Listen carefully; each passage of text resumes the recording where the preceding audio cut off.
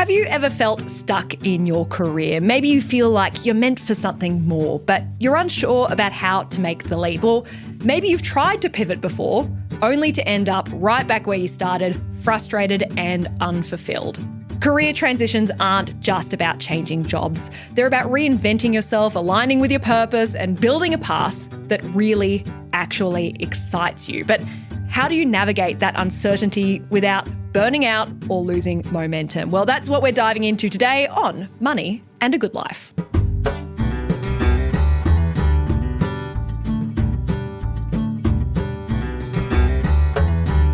Frankly, I love today's topic. I've had a lot of career reinventions over the years, so this one is very close to my heart. My name is Stephanie Coombs, and I'm here with my co-host and money expert, Ryan Watson. Ryan, have you always been a money guy? Numbers are my jam, Steph. I really like numbers. Yeah, so money's a thing. Yeah. Well, that's good. Consistency. Exactly right, yeah. Well, today we've got Natalie Tran joining us. She's a business and career transition coach and a founder of Transition with Purpose. Natalie's had over 17 years in corporate finance and a personal journey through multiple career pivots. That includes a stint as a yoga instructor and a personal trainer.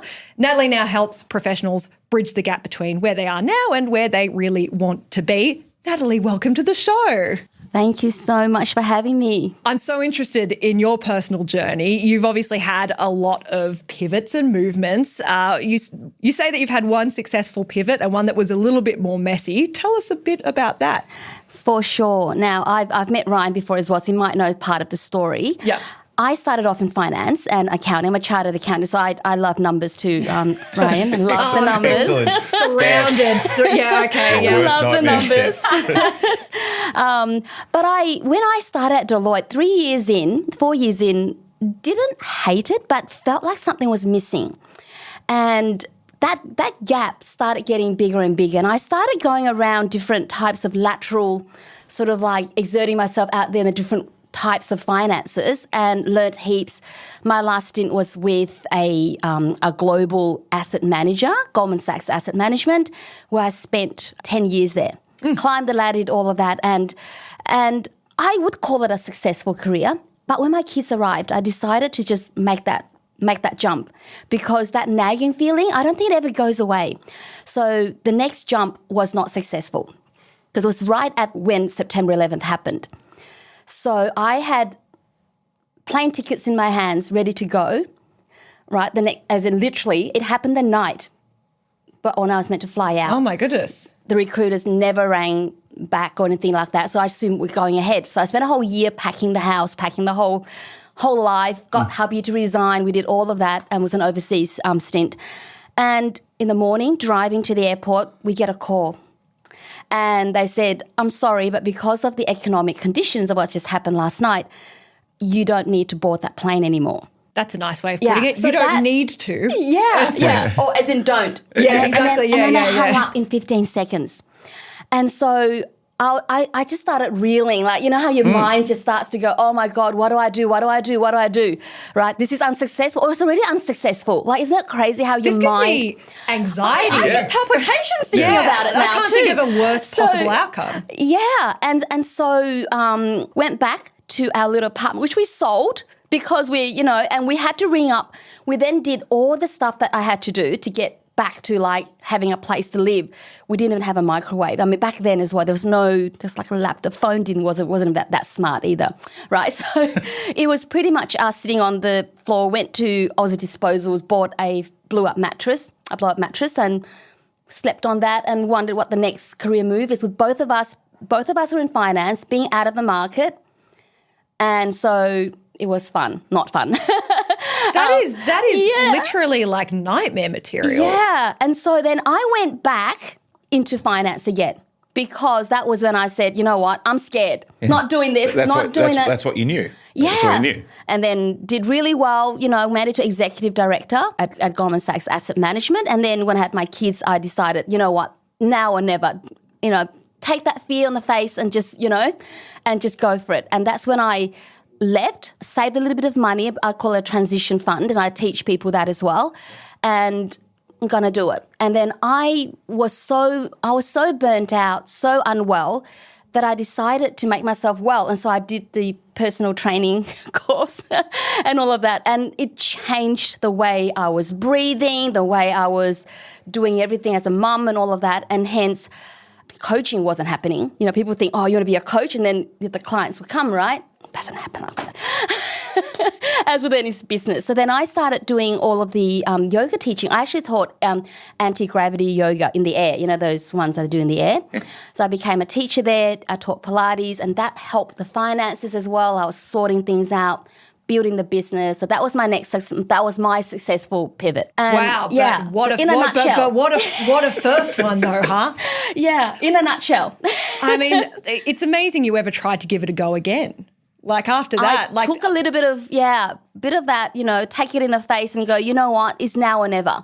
And but so completely like the most unforeseen of all unforeseen circumstances. Yeah, and it was dealt with so badly as well. And this is the other thing I say to people. They complain about recruiters, they complain about the hiring managers. And I said, you know what, it's not just now, it's always been the case. And if it doesn't align, it doesn't align.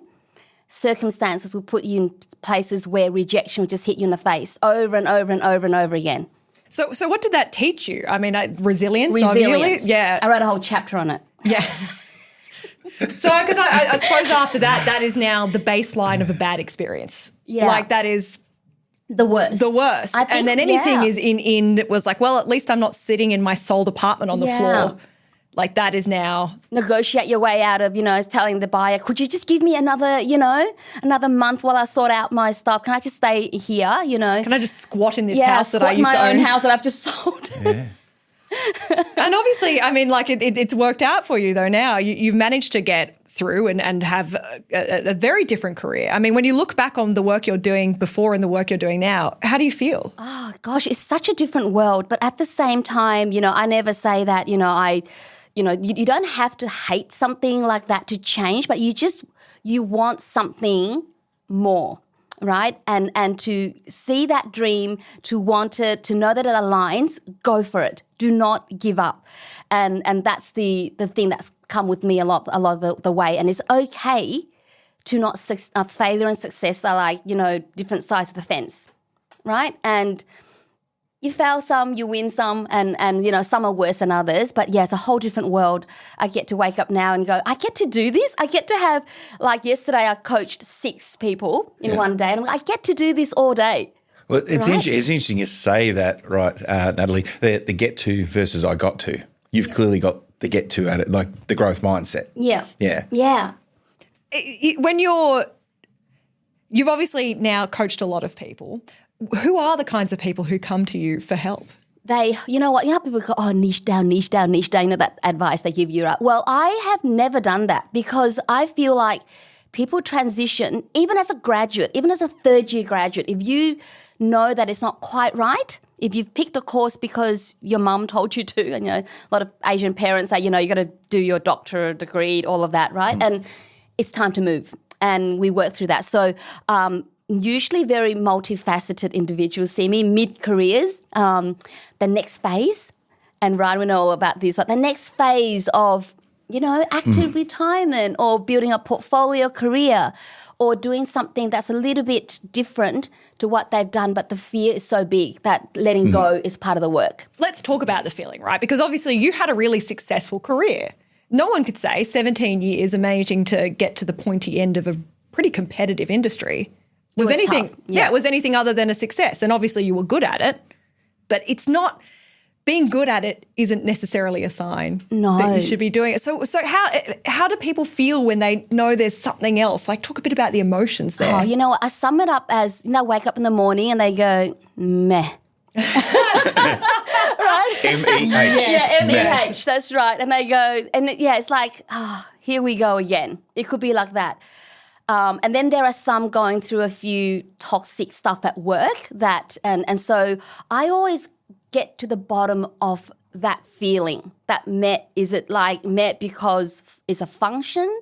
Is it an environment? Is it a combination? Is it an age thing? Is it a phase in your life? Like, because when you become a mum, your family becomes your world, and so your values become your family, right? So they might be somewhat confused, Natalie, unsure why, And you help them find the root cause. Yes, the root cause of it. And it's never take advice around, just quit your 9 to 5, go do it. It's not like that, right? And it's the worst advice you can give to someone. You actually should do your research, do reflection. I think reflection is a huge part that people don't do enough. It's actually an underutilized tool.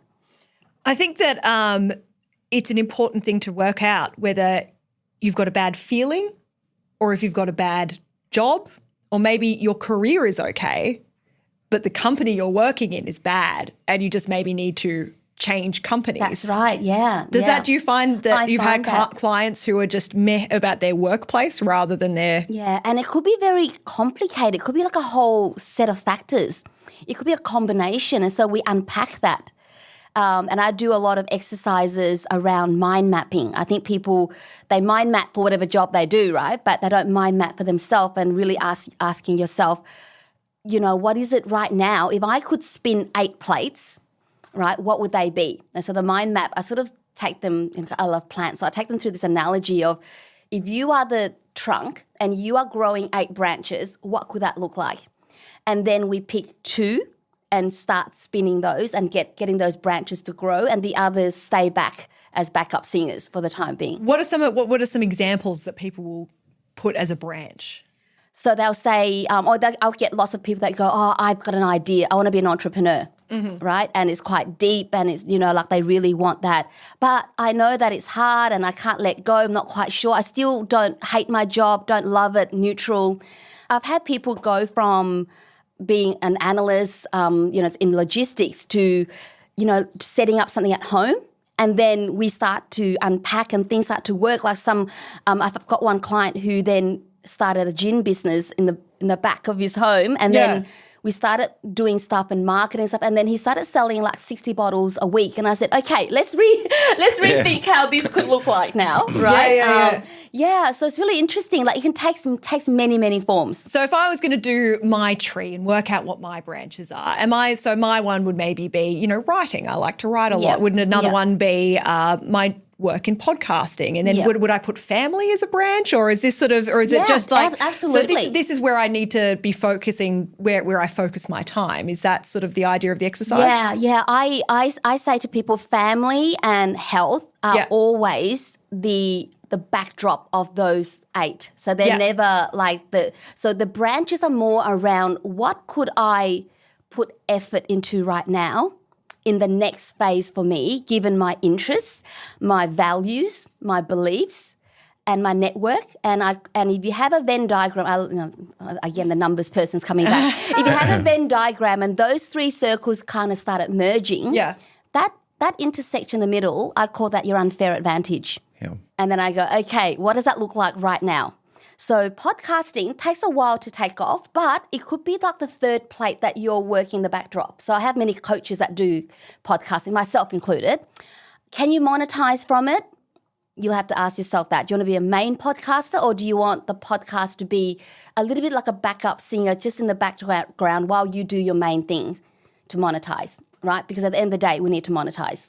All like the background of this as well is that if you've got something that you're doing on the side, you're feeling more fulfilled, right? Yeah. Like, because it's like, well, maybe I'm stuck in this dead end job, but I've got this other thing that I'm kind of working on the backside, and that makes me feel like I can get through this. Yeah, and we are not humans. We're very like complicated. We're not like this. I haven't met a person that go, that's the only thing I want to do, Natalie. Like, many will say, I love this, and I compose music at night. It's, of course you do, right? Well, once we do the analysis, I do a lot of profiling. I think profiling helps a lot as well. Things like the Berkman disc, all of those, that Ryan would know about as well. And uncovers a few, maybe some blind spots or unusual surprises for you as well. So further to helping people understand the root cause, Natalie, you're talking about helping people understand themselves a lot more. Yeah, that's where I start. It is not just, I say to people, my program and my coaching is not like, chuck me a resume, I'll just do an edit and throw it back at you and good luck with it. Like, it's like, you want to pivot? Okay, I'll just, do a few edits and off you go. It's more okay, let's sit down, look at Ryan, look at Stephanie, like what you just said, what are the plates that we could work for you? And then sometimes they'll come back to me 3 years later and say, I'm ready to spin that fifth plate, right? And something else is working, and so it really does work.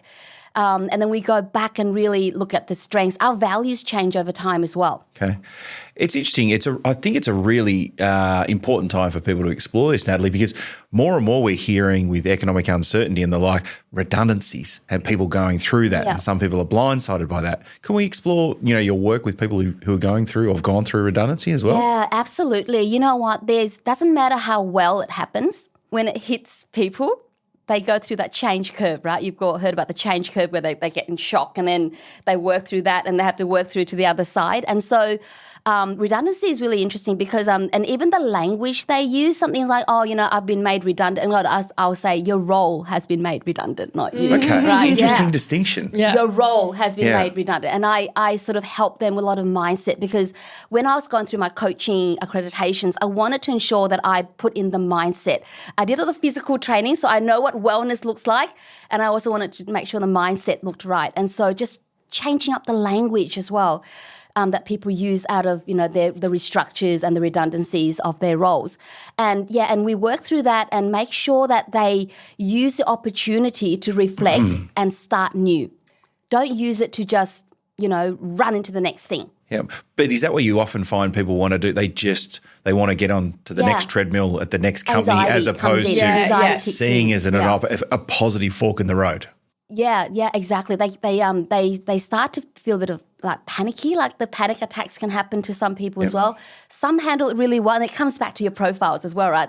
Some are cool as cucumbers, right? And they're like, you know what? I'm cool. We're good. Let's do this, and let's plan it out for the next 3 months. And others are like, you've got a month to get me something, right? Right? So it's all we're all very different. Like you've got a month to sort me out, kind of thing. I think Steph might be the cucumber, and I might be the one who's a little bit uptight about it. Yeah, no, I am. Well, look, about just a bit over a year ago, I was made redundant in my previous role. And I mean, like when you're in the media, redundancies are just like you're not in the media until you've been made redundant. That's kind of a thing. Like you haven't actually had a career until your job is gone at some point or another. That's just, it's constantly shifting. Yeah. New technologies, you're always the first ones who get hit by new technologies or waves or whatever. And for me, I was actually pretty okay with it. Like I knew that job would sort of at some point or another I'd have to move on. So I was like, well, good. I left and I got a little, bundle of money to go along with. Yeah. Thank you. Yeah. But I think that also what sort of, I weather this stuff better, I think, than most people because I've had so many different careers. Yes. And I have so many things that I constantly have other things on the boil. So, when I had been made redundant, I'd been writing about cars because I love cars. So I've been doing car reviews for a while. So that I was like, okay, well, time to start doing more of that. Yeah. And then I'd had a newsletter that I was working on. It's like, okay, well, I'll continue focusing on that. But if I can ask, Steph, is this something you had to work out for yourself or did you work with someone like Natalie? This is just, I think, a matter of my, personality. Okay. But it's funny because it's great hearing you talk because a lot of what you've said is just kind of how I've sort of instinctually run my career, which is probably, again, just a feature of where I've been. Yeah, and I think so. And you've brought up a really good point. Those that do multiple things, they are not flustered when one event happens, right? Then I've never had that experience before because I was like, recruiters would headhunt me and I would go from role to role in finance, right? And so to be rejected on the day you're meant to fly out when, that someone spent a whole year trying to get you to go somewhere and then taking it back in one moment like that with no warning. So I think, people's mindsets are very interesting. And I think the more exposed you are to different things, the better. And even my daughters now, I try and get them to do more than one thing. And I found that having a lot of different jobs and skills has future-proofed me in a fair bit because it means that if one part of the industry closes down, I can sort of jump in. And it is hard with media. Things close down all the time. Yeah. But, in the last 7 days, I was preparing for this podcast, obviously, and now hosting this podcast. I was consulting for podcasting. I was writing it for a travel section. I wrote a car review. I edited a video of a car review. I've been editing podcasting stuff as well. So And there's been all sorts of... Sounds a bit lazy to me. Yeah, no, what do you you're not think? working hard enough.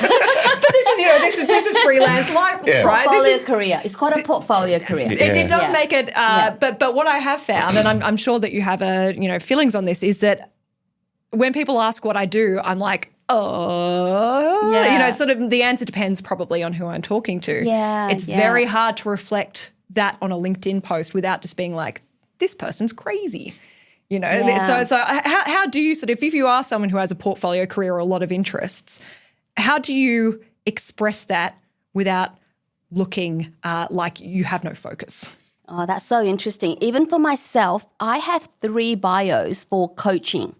So you got to have them ready. These documents are really important. That's what I help my clients with as well. Yeah. Getting all of the branding documents ready. So if I'm pitching for a leadership, corporate sort of kind of stuff, then I'll have a bio that's tweaked with the language, the case studies and stuff that I've done, right? Bringing back all of my corporate stuff. If I'm doing just mindset or coaching, it's a different bio. It's the same bio, but essentially it's focusing on different areas. Yeah. But then on something like LinkedIn, it's LinkedIn is now not your whole blue suit, get in a red tie and then say I'm looking for a job kind of. It's like you've got a lot of the B2Cs and B2Bs on there as well now. It's to be able to create, LinkedIn allows us to create, just say my transition with purpose as a founder. I've created my own little business using the business page. Mm-hmm. Get that on. And then if you have a sub page like the podcast, I've got my own podcast, I add it in there as well. And so you're able to create a profile on LinkedIn that can showcase that you do more than one thing. Which is great if you are someone who is looking to transition. You can keep your main gig looking professional and that doesn't, muddy the waters. And then you can, on the side of that, and I maybe you can tell me if my hunch is right, but I suspect that actually makes you look like a more well-rounded, interesting person when you're trying to go for jobs too. Yeah, definitely. And again, you got to use your common sense and all of that to ensure that nothing you put there is like, not ethical. It doesn't run against values of the company that you're going for. Like I had one of my clients yesterday, he's dabbling in podcasting too with 2 of his mates, and they're doing really well, like some kind of dad, advice podcast around small businesses. And I said to him, put that in properly down there, right? Make it one of the things that you do. You don't have to highlight it like crazy, but put it there because when you talk about communication skills, when you talk about all of that, it will come up and it's a bonus. It shouldn't detract from your brand. But also good point on making sure that it's all ethical, and because for my last job, I have when I go on full-time jobs, it's like I will write car reviews. You guys have to have that. Like that's one of my conditions of employment. It's a letter that's just a little bit of extra work that I like to keep on the side. And businesses are okay with that, but make sure that you haven't got sole exclusions and then you start talking on LinkedIn about how you're running another bit, because I have seen people come a cropper from that. Of course. And that's understandable as well. So, it is. You're the business hiring the person, you're like confusing what we do and all of that as well. Or like, are you actually working for us or are you building a side hustle? And you don't have to be so promotional as well. You can just build your brand and promote other ways. Now, there's an interesting sort of symmetry here as well, because you're helping people transition through careers and you're really doing the nuts and bolts with it. But I think that Tribeca is kind of working in a similar area often, where you're giving people the financial tools to be able to make those transitions. And I think a lot of what you're doing is trying to make sure that people are happy with how they're living their lives. And there is a financial element to that as well. Yeah, absolutely. Steph, as we've discussed on the podcast before, we often find we work with people who are at a fork in the road, and that can be from a number of areas. In this instance, around career transition or redundancy, like Natalie, we help people see the opportunity in it. So there are a lot of redundancies going on at the moment, and that's where we get brought in as a business to help people understand, the nuts and bolts. So someone who's been made redundant, what are the financial implications for them around a payment, but then also what could or can be the opportunity in that. So before they just jump into the next thing, how do they take stock? How do we work with the right type of professionals and understand what type of financial position they're in? So often we find that, people can be in a better financial position than they actually recognise, whether that's their mortgage, their superannuation or their cash flow. How do we help them exhale at this point in their life and then choose the most positive outcome for them in terms of what they practically want. So otherwise we find, there's a lot of emotion. They just jump into something that might be seen to pay the bills, but it's not something they genuinely like, nor do they potentially have to do either. And I know we've talked about it a lot as well, that there are people who are miserable in their lives because they're in high-powered, high-paying jobs and they think that they need that in order to keep up their lifestyle, and where actually they'd be happier maybe just downgrading a lot of their life, doing something that makes less money and being able to just live happier, more fulfilled. Absolutely. And, you see that a lot, don't you? We do. We absolutely see a correlation there. People who work in big, stressful jobs that are well paid, they compensate in other areas of their life. So without judgment, they may overspend or they're last minute on their travel and the like. So it self-perpetuates. But if they can take, proverbial time out, get in line, with what's really important to them, they can choose a job, absolutely by choice, and then that has these positive ripples throughout the rest of their life as well. In everything. Yeah. Exactly. Yeah. Are you finding that you're dealing with people who are making a lot of money maybe but just are not happy? Yeah. And I mean, in some ways while you were talking, I was just thinking about my old lifestyle. It's the same, right? You would go shopping after you get your big paychecks or whatever, the bonus, and yet you live that lifestyle without thinking that there's an alternate way of, living that is more fulfilling. Yeah, I won't have to buy a new car to make myself feel good. I can just feel good more often. Whether it's the car, the dinner, the last minute holidays. It's the last minute thinking because work is occupying so much, 50, 60, 70 hours, then you get to a point where you need to do something, but it's so last minute, so you're overcompensating and you're overpaying as opposed to constructively thinking your way through it and being more planned. Yeah, absolutely. Natalie, have you ever worked with someone who has regretted their career change? Not so much regret. I think everyone I've worked with said, I'm so glad that you got me thinking this way and all that. They'll refine and retweak things.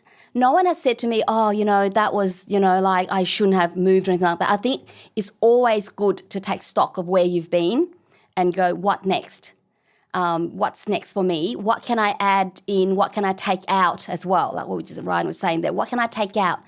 Is it take one day out of the 40-hour working week or 60-hour, whatever it is these days, right?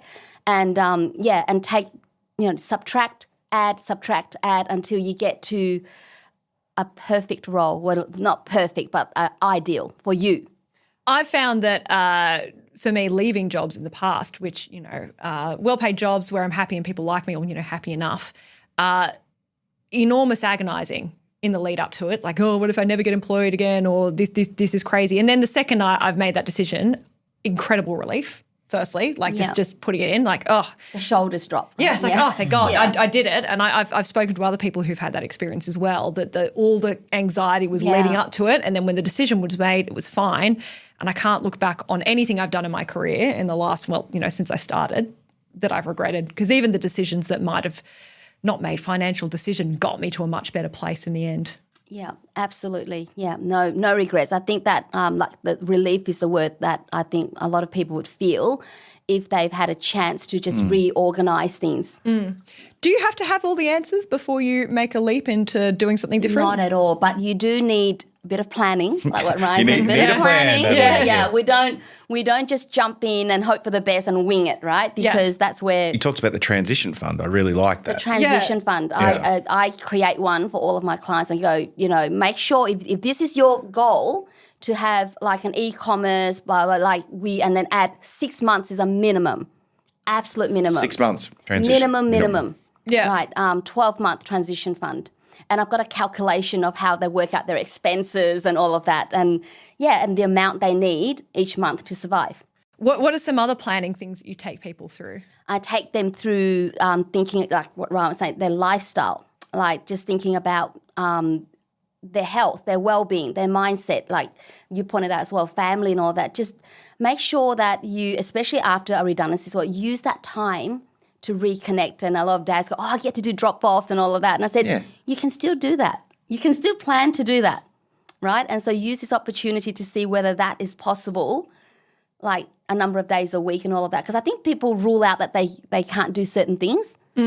And so the process of thinking about the transition allows you to step into different sort of like worlds.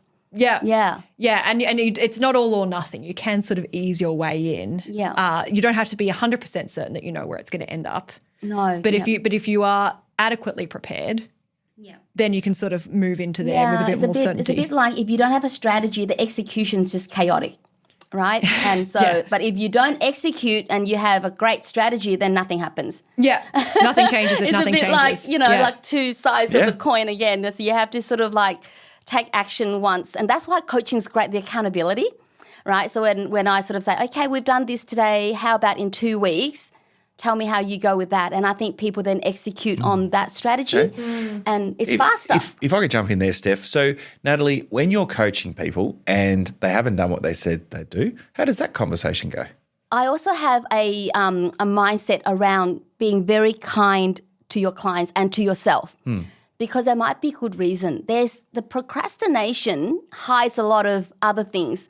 You don't execute sometimes because there's something, the self-doubt, there's something holding you back. And so I, again, get to the bottom of that. So I don't sort of go, oh, you are so naughty for not doing that. I don't do that. So I sort of, naughty. Yeah. You come from a place of empathy and understanding. I think you have to be kind to yourself in transition, like because you're in unknown territory, right? We're not great traditionally at being kind to ourselves, but no, are we? we're not. And I remind people, say, it's okay, it's all good. Something happened or something didn't happen that caused you not to do whatever it is that we spoke about, and let's go again, right? You don't have to set yourself crazy time. I also had a client that said, oh, I'm feeling edgy because, a previous coach told me that I should quit my 9 to 5 by November. And I said, that's 3 months away, you know that, right? And I said, there's no need to put these ultimatums on yourself like that. You're just going to cause yourself more stress. Yeah. And then you block yourself. Once that happens, your body then goes, I'm going to procrastinate on it, or I'm going to do something else, distract myself in the flavors of self-sabotage, right? Normally comes up. Yep. What are some of the more interesting career changes you've seen people make? I've had people go from being in automotive in the corporate side, becoming an interior stylist, setting their own entire interior styling business, right? Always wanted to do it. Yeah. And then always did it for free for family members. I said, okay, it's time to monetize. And then we work out a strategy and all of that. And I mentioned before, project management in construction, into coaching as well. So, there's so many interesting pivots. And, people that go from being an analyst and stuff into creating their own gin or whatever products into a gaming outfits as well. And I didn't even realize that people wore special outfits when they play games. I did not know that either. Right? And so I was what like, a niche. I thought it was just some kind of, fancy uniform to look good. And he goes, no, like the sleeves are like that. So you go faster and like, and you can't go to the toilet a lot. So you got to make sure you don't sweat.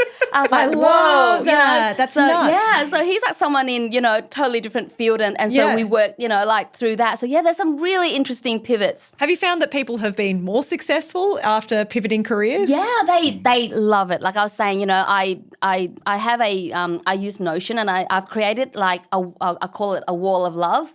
And I get people to, give me, doesn't even have to be a testimony about my work, with them, but like just how they have found their journey. And, to just give themselves a big pat on the back and go, look how far you've come. Like you've gone from like something in your mind that you wanted to do to executing it. Without it being a cliche, it's like they've found themselves or refound themselves. Yeah. And look, some people take a bit longer and that's okay as well. So when I'm sharing you, the highlight reels of all those that did really well, and there are those that go back and forth a little bit. Yeah. And that's okay too because of financial obligations and things like that. If you started building a house, we're not going to be so silly with, putting money into crazy coaching courses and stuff like that you can't afford, number one. Yeah. And two, building, takes money that you can't stop, right? And you've got kids. Yeah. So for those listeners, Natalie, that like timelines, what's the minimum and the maximum? Is the minimum like something like 3 months to 2 years, or what is the average? 3 months to 2 years, depending on your goals. Yeah. And sometimes we do the initial work.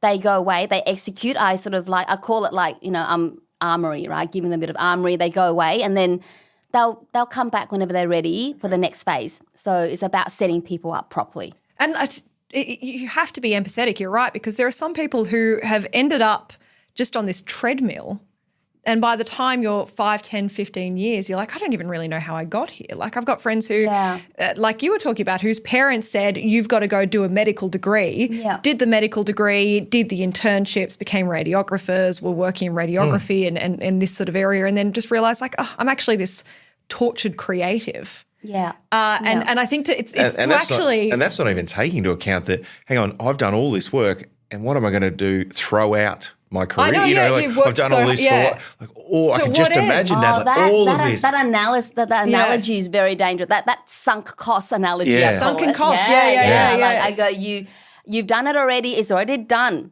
Like now it's like deciding what you get to do now and what you want to do. Because all of that's done. Like all the years and the studying and the money you pumped into doing masters of tax. And but people who don't engage someone like you, Natalie, they're stuck. It's like the one-legged duck. They're just stuck in that circle. Yeah. I wished I took on a coach when that event happened. I tried to sort it out myself and I took longer than I needed to. Yeah.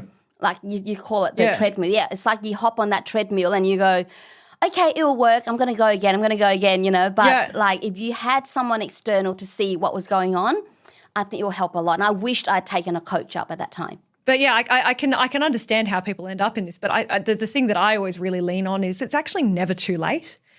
This idea that, you know, you've got to have everything sorted out. You know, you can't play piano unless you're a virtuoso when you were 10 or something, you know, like that you always have to have it sorted out.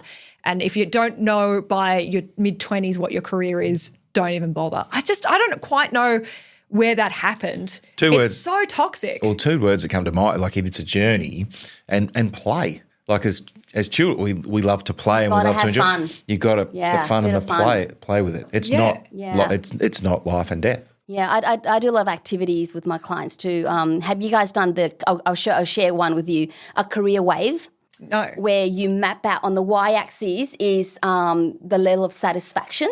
And on the x-axis is time, right? And then you map out the roles you've been in and so when you watch the career wave, not many people have this linear thing that the more you go out, the more satisfaction you get. We analyze why you were not happy or why you weren't satisfied. And it's because of the environment, the people, function, what is it? Yeah. We nut it out. And that's a really great activity. That's and cool. a bit of fun as well. Yeah. And you go, oh, that was a shit leader I had. That's why.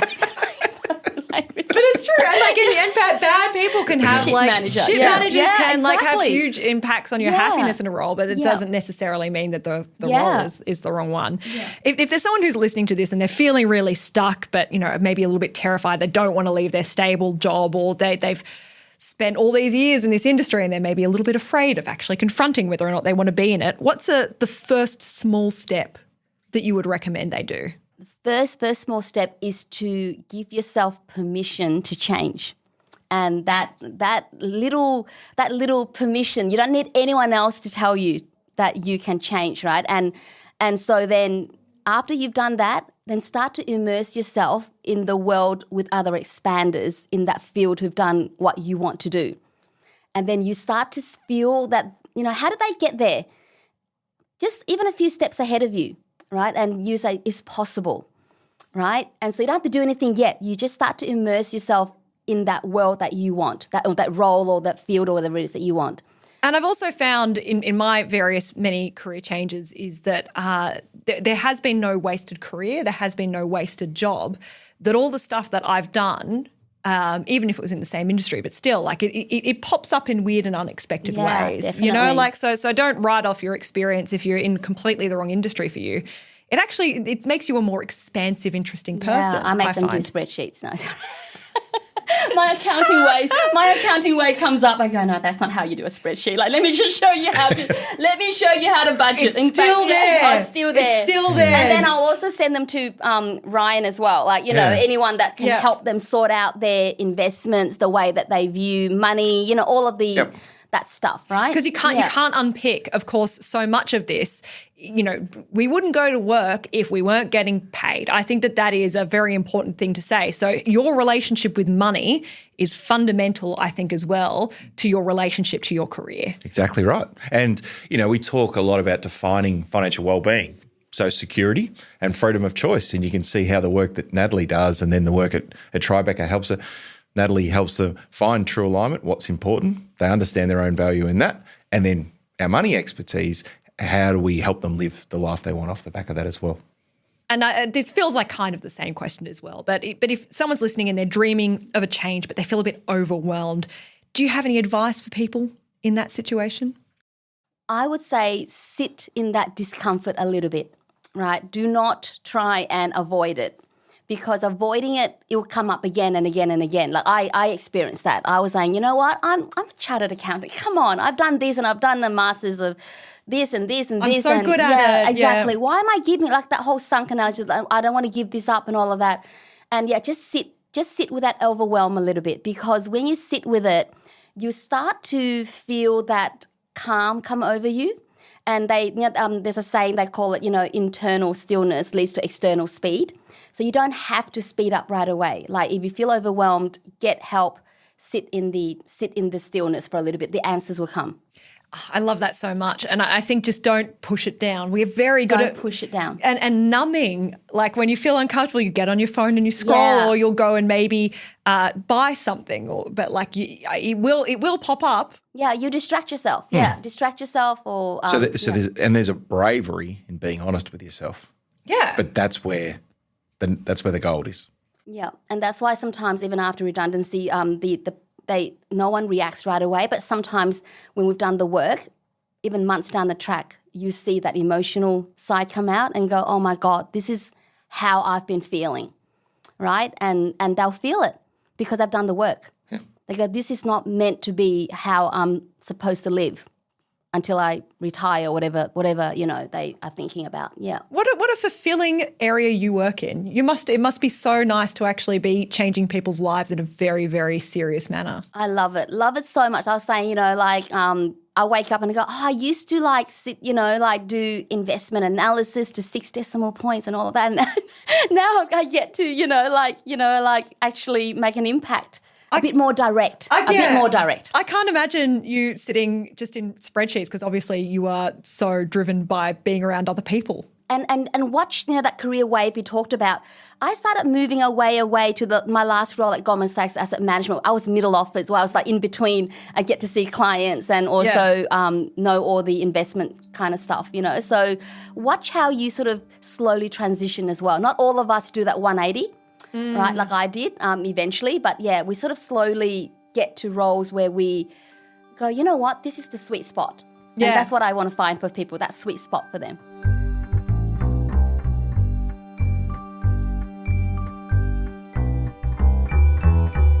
Well, Natalie, thank you so much for sharing such practical and genuinely heartfelt insights as well. If you're ready to take the next step in your career, or you're just curious about how to start, do check out Natalie's website, Transition with Purpose, or connect with her on LinkedIn. We've talked about LinkedIn. You're on there. I am. And if you found this conversation valuable, do hit follow on Money and a Good Life so you don't miss an episode. Until next time.